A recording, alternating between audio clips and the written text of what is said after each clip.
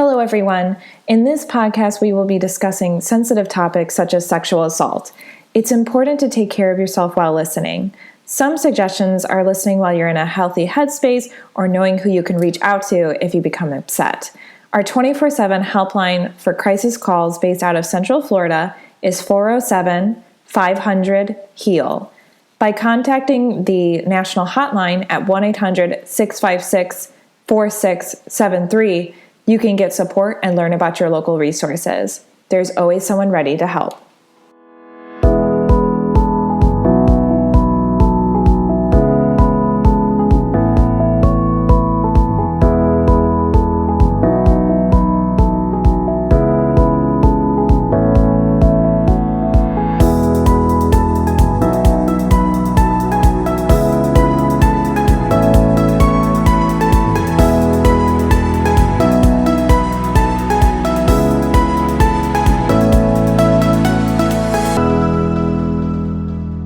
Welcome to the Victim Service Center podcast. Here we sit down with professionals that serve survivors and victims of trauma or those who have experienced violence and have conversations about social issues.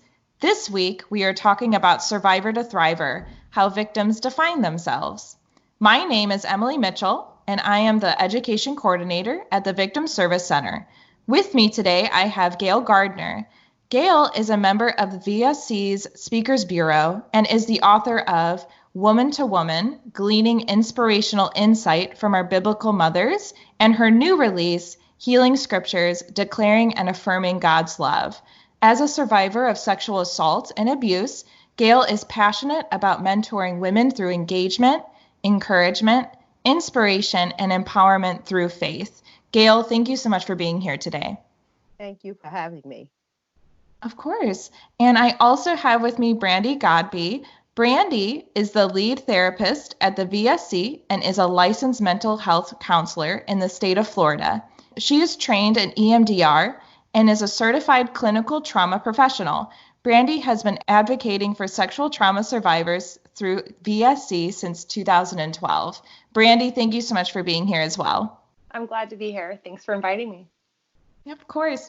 And as an introduction, I wanted to start off by mentioning that when it comes to sexual violence, there are words used that come with a lot of meaning behind them. Those that have gone through trauma may define themselves as a victim, survivor, thriver. Dictionary.com defines survivor as a person who continues to function or prosper in spite of opposition, hardship, or setbacks, and to thrive as to grow or develop vigorously or to flourish. What we are looking to explore in this episode is what these words mean to those who have experienced trauma and how they define themselves. With that in mind, Gail, I kind of wanted to start off. What do the terms victim, survivor, and thriver mean to you? Well, Emily, what they mean to me are different terms. Well, three different terms, but they're all connected in some way. Hopefully, as a victim becomes the next level. Victim to me, first of all, we know that is used by law enforcement when you have experienced any type of assault or even victimized, as we use the term, or violated in some way, whether it's robbery, whether it's a fight, whether it's white collar crime. And so it's not just for people who have been sexually assaulted, but at the same time, it is one of the first stages you become in the process. So when I think of victim, I think of that initial stage when the abuse happened or when the assault happened and the domestic violence happened. There's a stage there that we are initiated into. The next level of survivor, getting from victim to survivor is a process. And I gather Brandy can also attest to this, that there are stages, even just like there is in grieving. And as we go through those times, there should be a constant movement from out of what you were in as a victim into some places of growth where you may not have many triggers anymore. You're working through the process through counseling, through whether it's a mental health counseling, a pastor, or someone else, but you're working through it. It's not a good thing to go through it alone, but you need some accountability. You really need someone to empathize with you. So that helps the growth process, but it's a process. And then eventually, as you get to survivor, in my case, when I got to that stage, is when I wanted to learn more about what was happening with me, especially when I got to the assault. The abuse happened as a child, but when I reached about 40 is when the matter of fact I was 40 is when I was victimized by the violence itself, of the assault and the rape, and so it's a process as well. And it's when you start to ask yourself questions. If you don't, and it doesn't have to be as old, it could be somebody, and people do it, get to it in different times in their life. But I was older, much older. And it's when you start asking the questions, why did this happen to me? What is this all about? Why am I going through this? If whoever your higher power is, but mine is, I call mine God, why did you allow this to happen? All of those things come up. And sometimes the family, like we're going now to start by believing, that's in there too. Did you tell anyone before? Why not? And so then we tend to find ourselves actually becoming um, not only learning, but we wind up being able to talk about it. I believe that disclosure is the beginning of healing. So as we begin to talk about it, and it might start off a little bittersweet in the beginning, but as time goes on, you begin to work through even that. And it, again, is another process as we approach where we not only have the resources, we want to use the resources for ourselves, but we want to share those resources with others. And that's when I believe we become a thriver, where we're able to move forward. I know someone that calls herself a Sir Thriver. Um, and I agree with that too. But I do believe that we're surviving, and we are always learning, always improving ourselves, always learning for ourselves, and still have some mountains to climb. It doesn't mean that we're not effectual, doing some things to help someone else. But getting to be a thriver means that, you can handle anything, almost anything, if not everything, but you can do more than you used to do. And you can actually share it with someone else. And you don't clam up. You're not shut down. You're not behind a wall, hiding your feelings or in your feelings. You're more outgoing and more able to share with someone and determined not to let this happen to them. So that's what that means for me. Thank you so much, Gail. I really appreciate you sharing a bit of your story and for shedding light on that. Did you say that one of your friends defines themselves as a Sir Thriver, like a combination of survivor and thriver? Yes, Emily. It was a term I heard.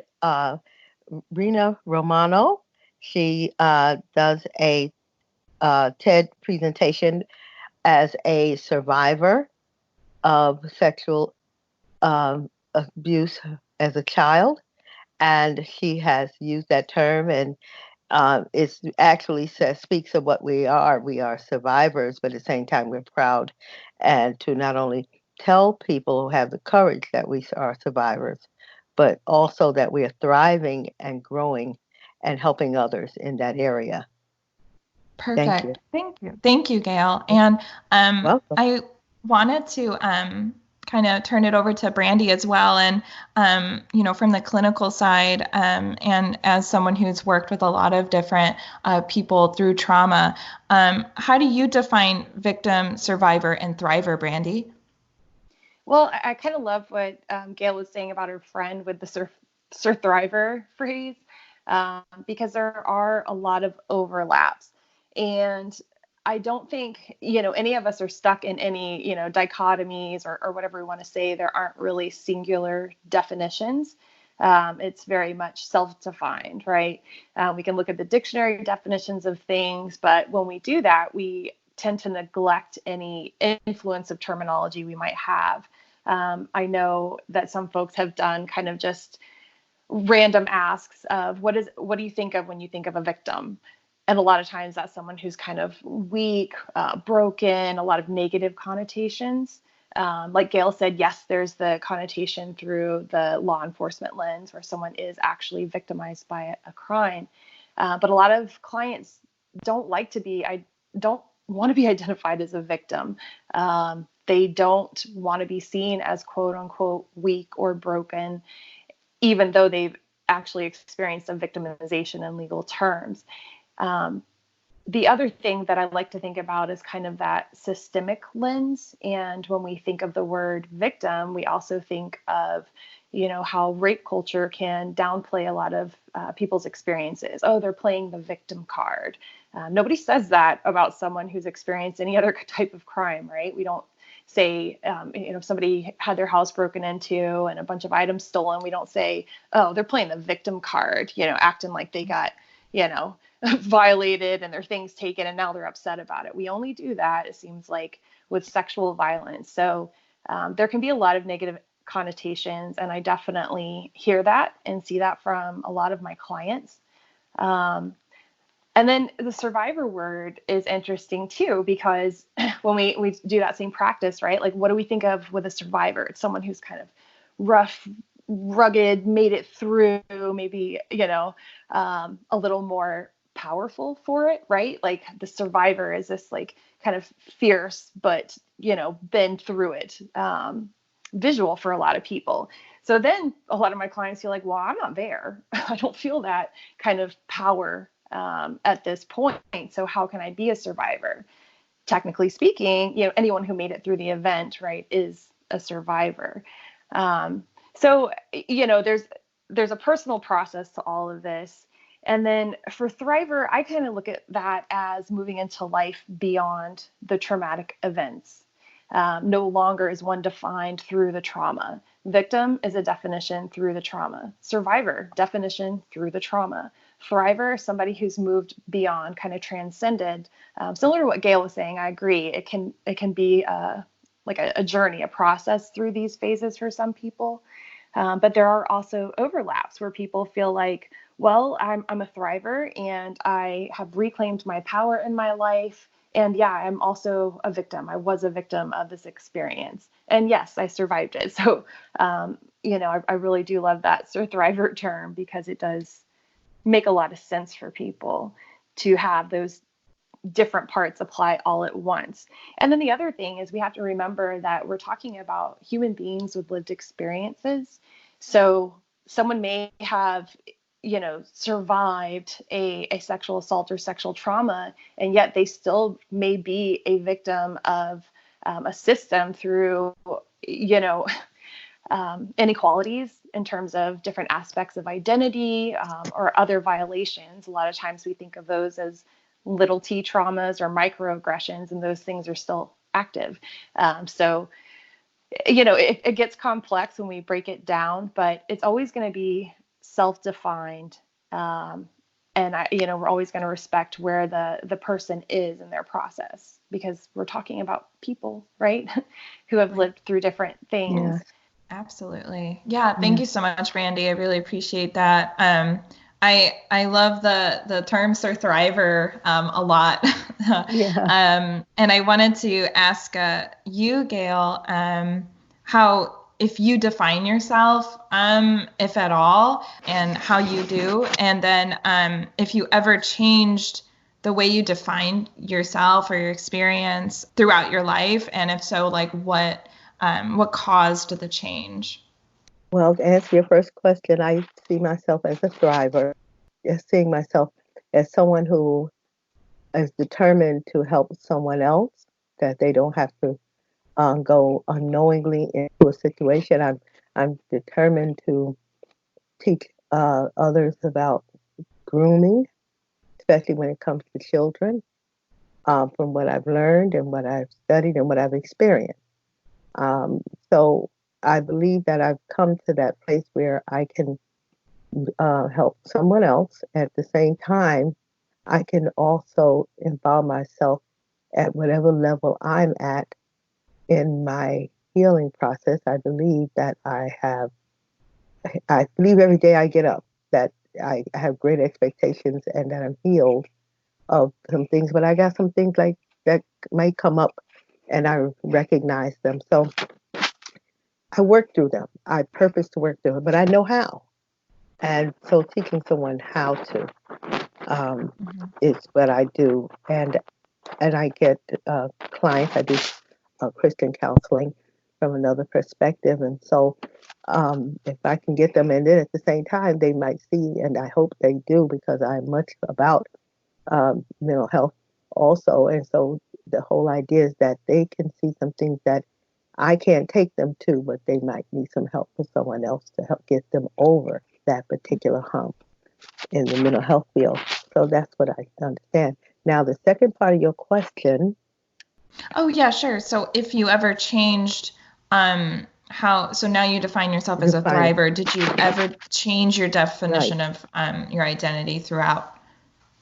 Yeah. I think I didn't see I used the term victim, and at some point I became angry at the term being used for me or to me. And I realized that I had survived the rape and I had survived the sexual abuse as a child. And so I was alive and I was able, I was beginning to make some changes in my life. So I changed from victim to survivor. And I was a survivor for a long time. I really speak to myself as one. But it's like, as I said, as time went on, I began to speak out. I began to tell people what had happened to me, spoke to groups and to individuals. I listened to other people's stories. When I told mine, they began to tell theirs. And most of them were in my age group and that hadn't said anything about it for many years. So it was very different for me when it came to moving from survivor to thriver. I believe the people that I spoke to, and the more I spoke about it, and the more I listened to other people, is when I began to see myself different. I began to say, I think I got something here. I think something's working here, and that's what I did. Thank you so much for sharing that. And Brandy, you mentioned this earlier, that it's important that people are defining themselves. So as a mental health professional, how have you seen your clients define themselves, and why is it important for them to define themselves in their experience? Yeah, I mean, it's always important that we let folks define their own experience and how they represent themselves and how they identify, by allowing people to reclaim their identities in whatever way feels fitting, them stepping back into their power, letting themselves own their experience. What you were saying, Gail, about how you started to resent being called a victim by others. I mean, I do hear that from people. And like I said earlier, I think there are some complexities behind it if we step back to a larger systemic lens. But it's not anything anyone wants to be, right? No one wants to be a victim, period. There's often resentment towards the word victim from my clients. And then there's also this idea of layered achievability.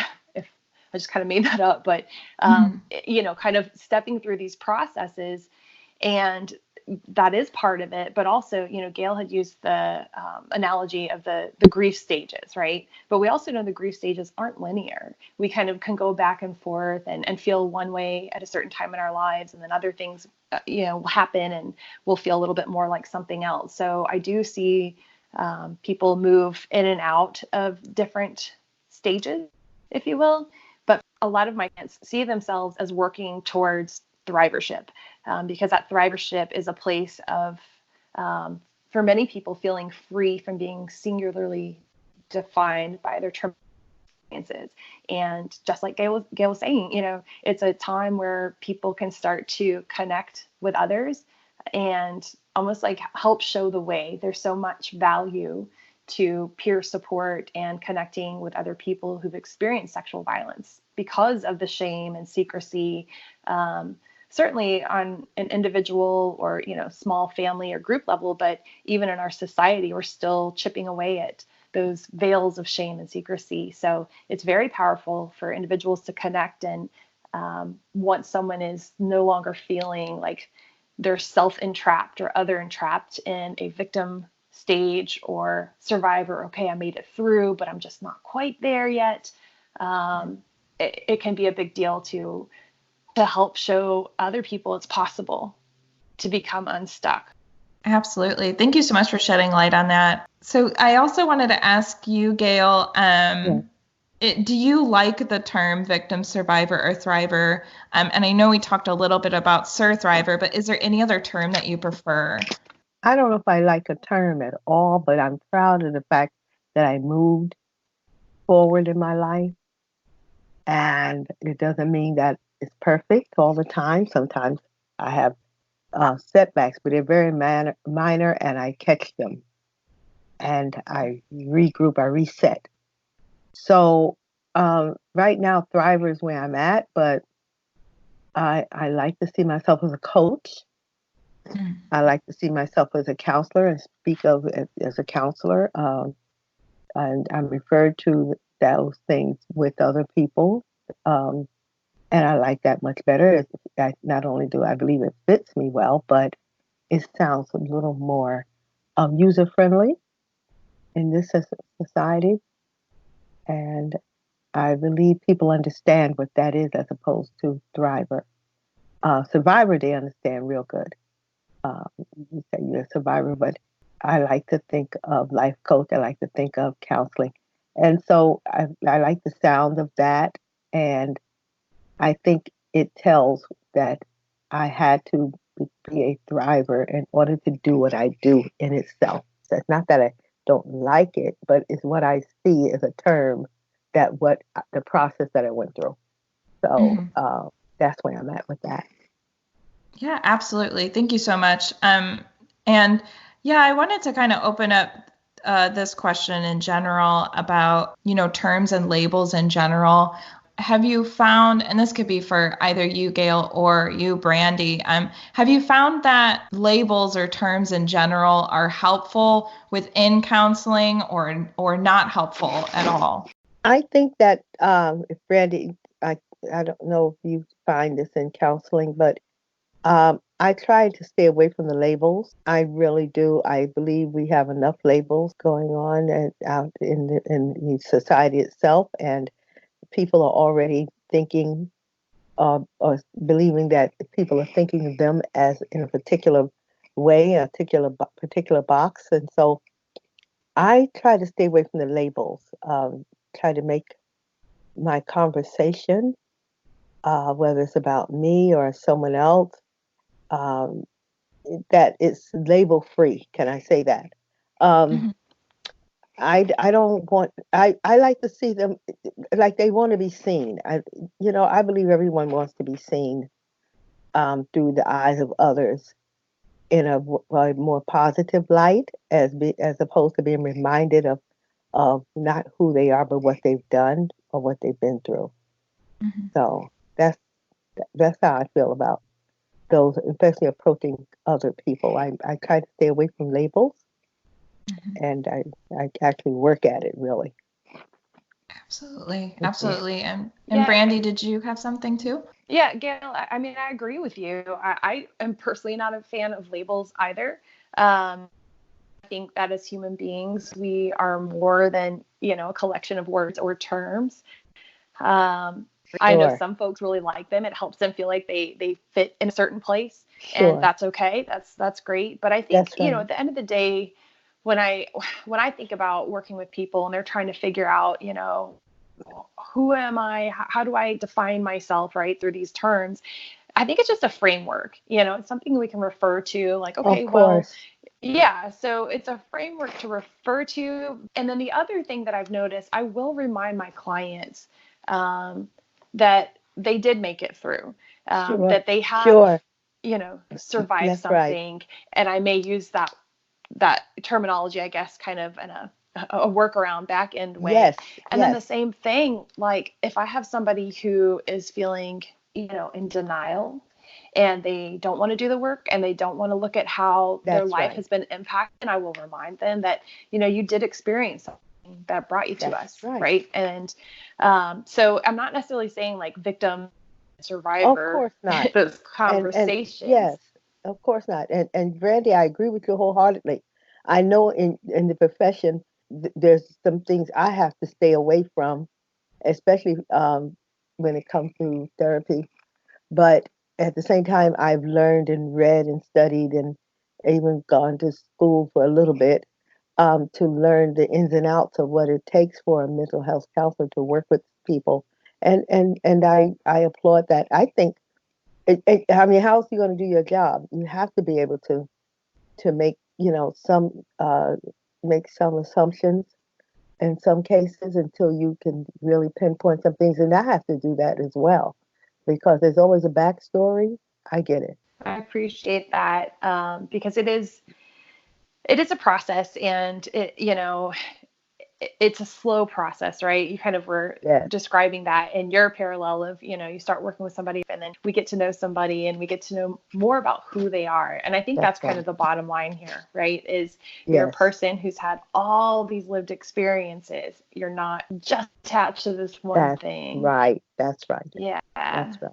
Thank you so much. I also wanted to ask, in light of that, when it comes to these terms, what advice would you like to give to those supporting loved ones who have gone through sexual violence? I generally give them the advice of being able to, first of all, have you reported it? You know, if they're still in the, well, as of July 1st, we will be able to say that there's a statute of limitations for anything that's happened going forward. But that's, I think I would just as well begin with the first, well, have you told anyone? And who did you tell? It depends on the person and the and their relationship. In my particular family, I was determined that no other person in my generation or going forward would suffer abuse, child abuse during that time. And unfortunately, that was not the case. That has happened. And so, being able to tell someone and speak up is going to would kind of, I believe, will eliminate a lot of things. And now that the generations going forward after July 1, who is going through that, being violated in that such a way, they would, I think they would really be able to make some headway to not only report it, but the support and maybe decreasing the numbers would decrease. It's a cultural thing with some cultures, some in particularly Black and brown people about what goes on in his house stays in his house. But we're coming with generations of young people who are thinking differently about telling what's happening to them. So my coming to terms, the advice I would give is them. The first one is that who did you tell? If you haven't told anyone, we don't want to wait 40 years. And even if he did go, it's 40 years later. You definitely want to speak to someone about it if you can't speak to the person that did it. It's advised to tell someone first. I believe that is the jump off point for everything else. As long as you keep it bottled, you're talking about problems and issues for yourself. And I believe in what we call generational curses. I believe if we keep it to ourselves, Uncle Joe or whoever it was, will try it again because nobody's going to tell. And I honestly believe that that will stop a whole lot of things. And now that we do have a statute of limitations, they can start considering now that you can be 70 years old and you will go to prison from at which we've seen in the news for a number of years because you took the liberty to violate someone else's life, and that when you are going to prison or wherever, and you've been all right. I'm talking about the person who's done it. Um, it's rare that it happens that they get other than a slap on the wrist, but things are changing. So I think that those that are coming after us, or after me, should I say, will think twice, and some things might take a different turn if we just speak up. Understood. Absolutely. And when it comes to using the words victim, survivor, or thriver, do you have any advice to like the general public or anyone supporting those who have gone through sexual violence in using these terms or not using these terms? Well, the first thing I can say is came to my mind was walk softly. Um, every culture experiences things differently, and they see some things as an intrusion. Even though they might have sought out the help, they, being careful of what you ask and let them tell their story, and which in other words, they're inviting you in. So I advise that, of course, we've done cultural studies and what have you. I also believe that if you have a person, a counselor or a pastor or a friend or whoever who can relate to you and you can relate to them, that you're more apt to tell the story. I remember telling my best friend's mother who talked and told, I mean, she gossiped all the time. When I was a teen and I became pregnant, I told my friend who I knew was going to tell her mother, who was going to tell my mother. You see? So that way I didn't have to face my mother. And so I really believe that it's how we're going to get the message out, and what we want to do has to be taken into consideration of who we're dealing with and how they think. I applaud the millennials. This is a whole new generation, and it's bigger than my baby boomers. And yet I taught the millennials when I was a high school teacher. And so uh, I applaud them because they don't keep too much to themselves at all when they feel like something has harmed them or someone is trying to harm them.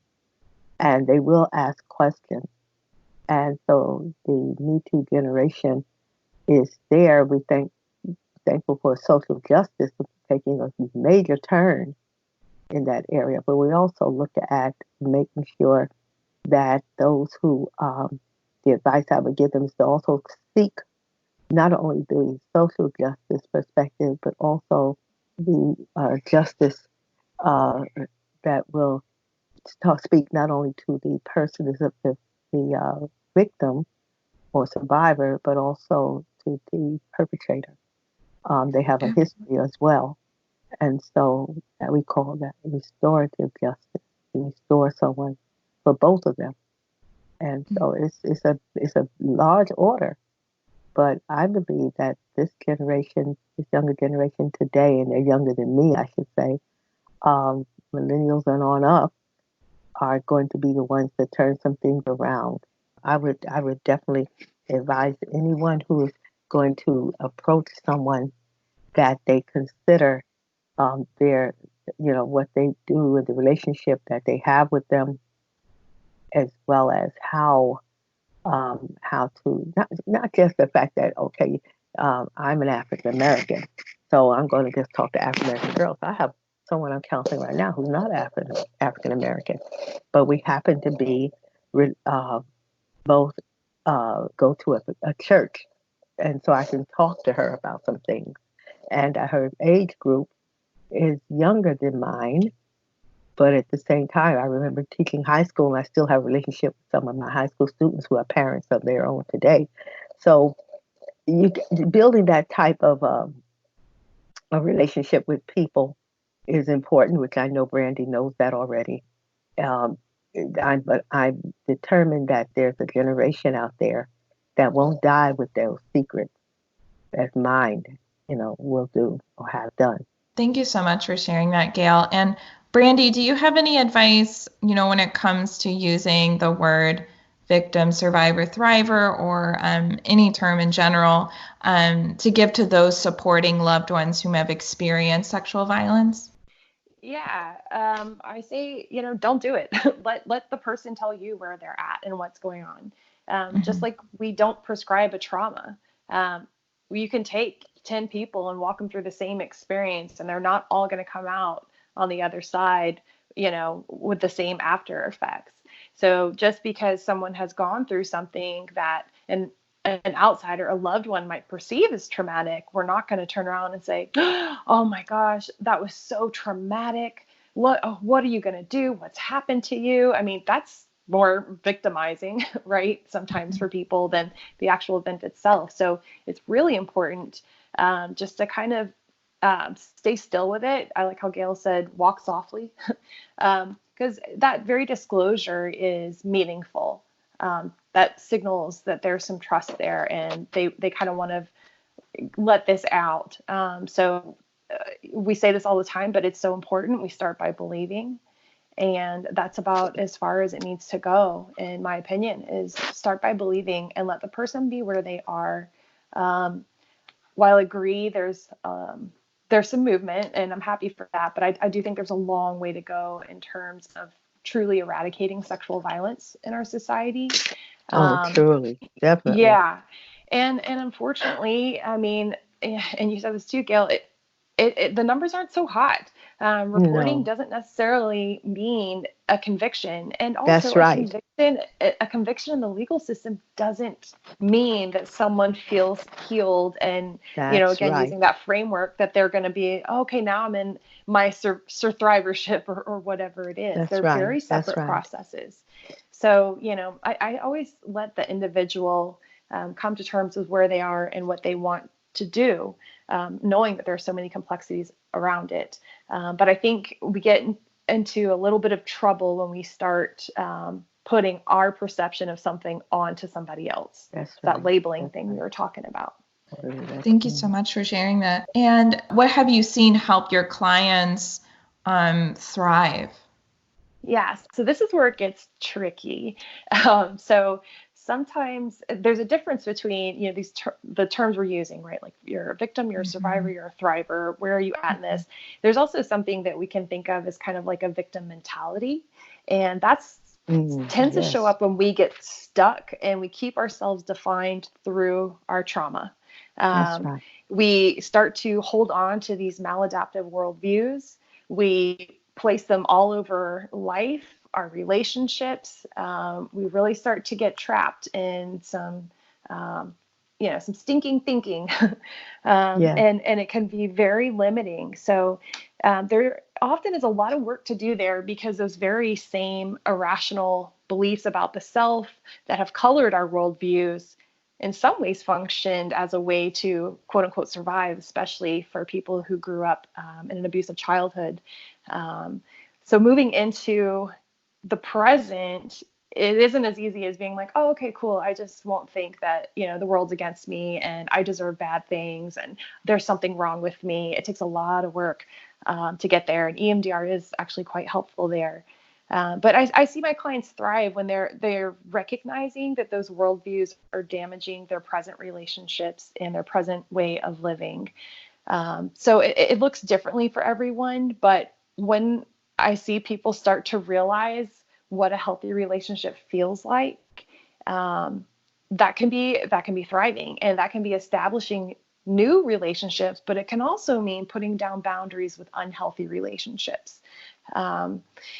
It's really about defining the self on today's terms instead of carrying these tainted worldviews into today. So again, it's going to be personal, but it's moving through getting stuck in your feelings all the time and learning to self-manage, self-regulate, and understand, who the person is as a whole self, a core self. Who am I really in this life and in this world, and who do I want to be? Babies aren't born into the world thinking that, everyone's against them or nobody likes them, or, the world is out, to harm them all the time. Babies don't think that. Babies learn that through a variety of things, right?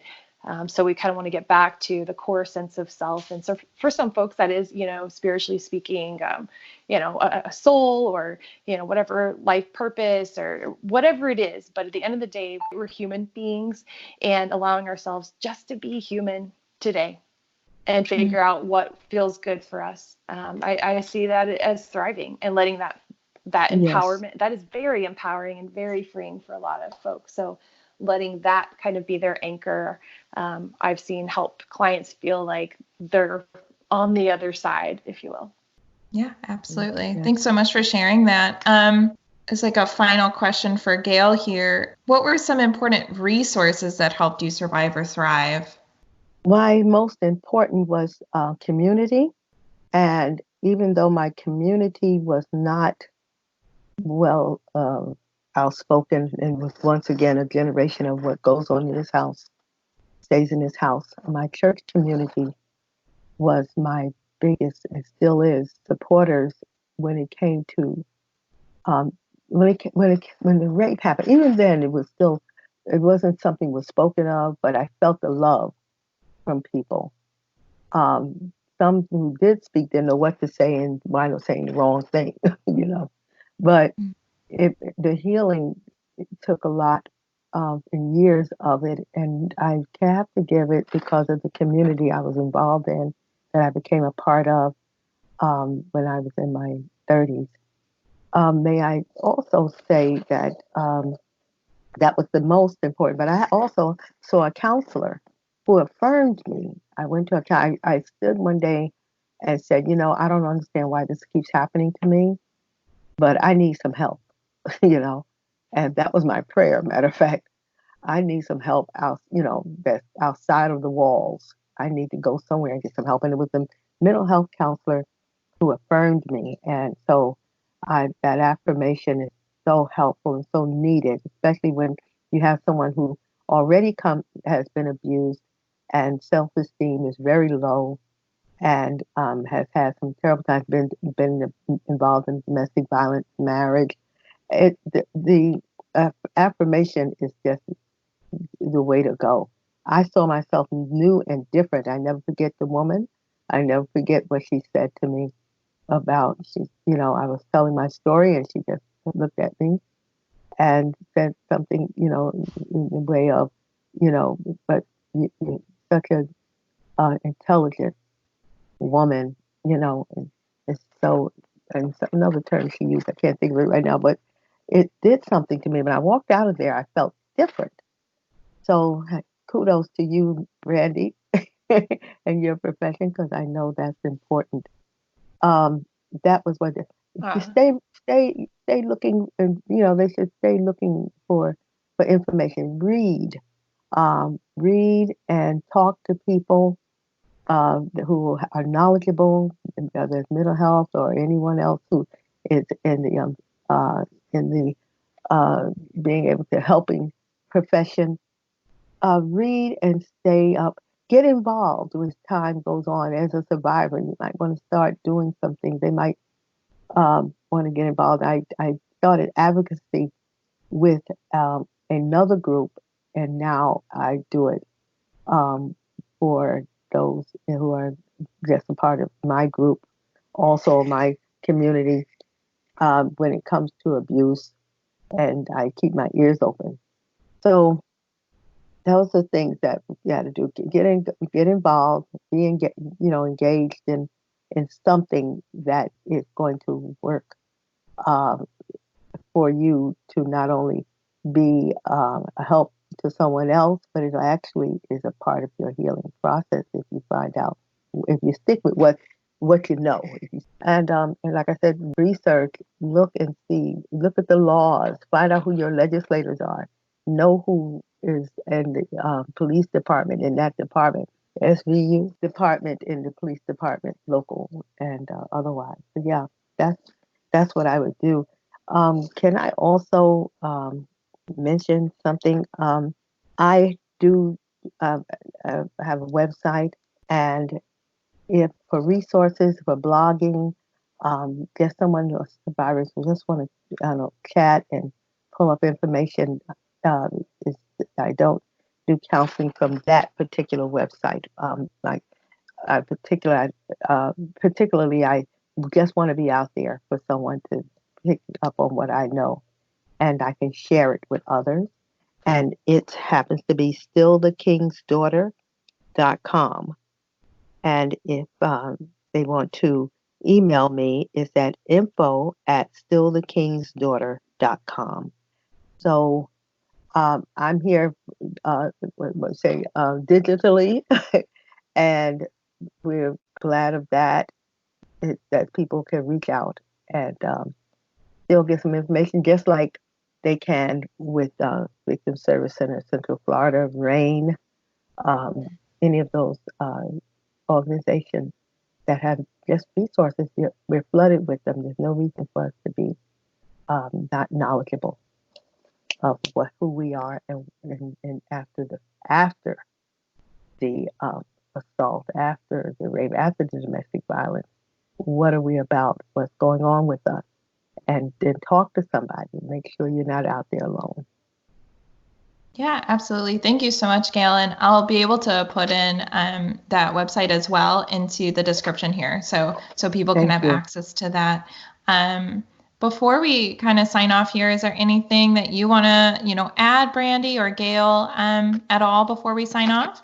Well, I did want to say, Gail, I'm just so happy to hear that you had a helpful experience with your therapist, with, other people in your community in terms of support, because at the end of the day, this is about healing relationship in relationship.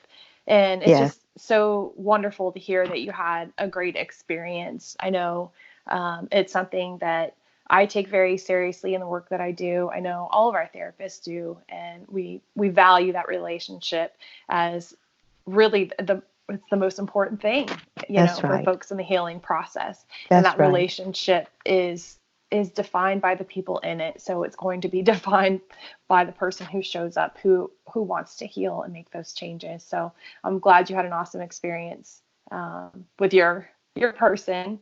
Yes.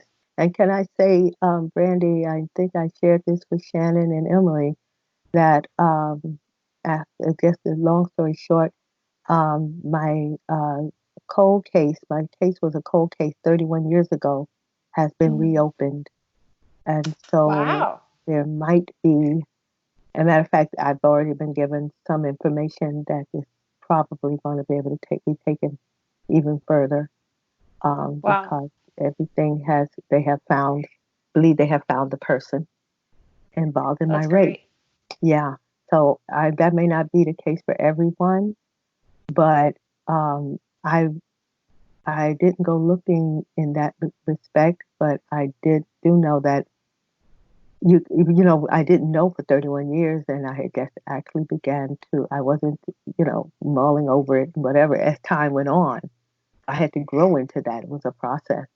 And so it may never come to an end for some people, and they may not have a happy experience now, but if they can just work through the process, regardless of what the results are, we're looking at the results when we need to be looking at the process day by day. And the results will take care of itself. Mm-hmm. That's awesome. And I love that because, it just shows change is possible. That is the very foundation of, how I live my life and the work that I do professionally as well. That change is possible. And I'm glad that's happening for you. Congratulations. Thank you. Thank you for sharing, both of you, and congratulations, Gail. And I think that's actually a good place to sign off. Thank you for listening to the Victim Service Center podcast. The VSC is a nonprofit organization that provides free, confidential counseling services for victims of any kind of trauma in Central Florida. To learn more about our services, please visit victimservicecenter.org. And to everyone listening, healing is not linear, and you are not alone. And thank you so much, Gail and Brandy, for joining us today. Thank you for having me. Thank you. Appreciate it.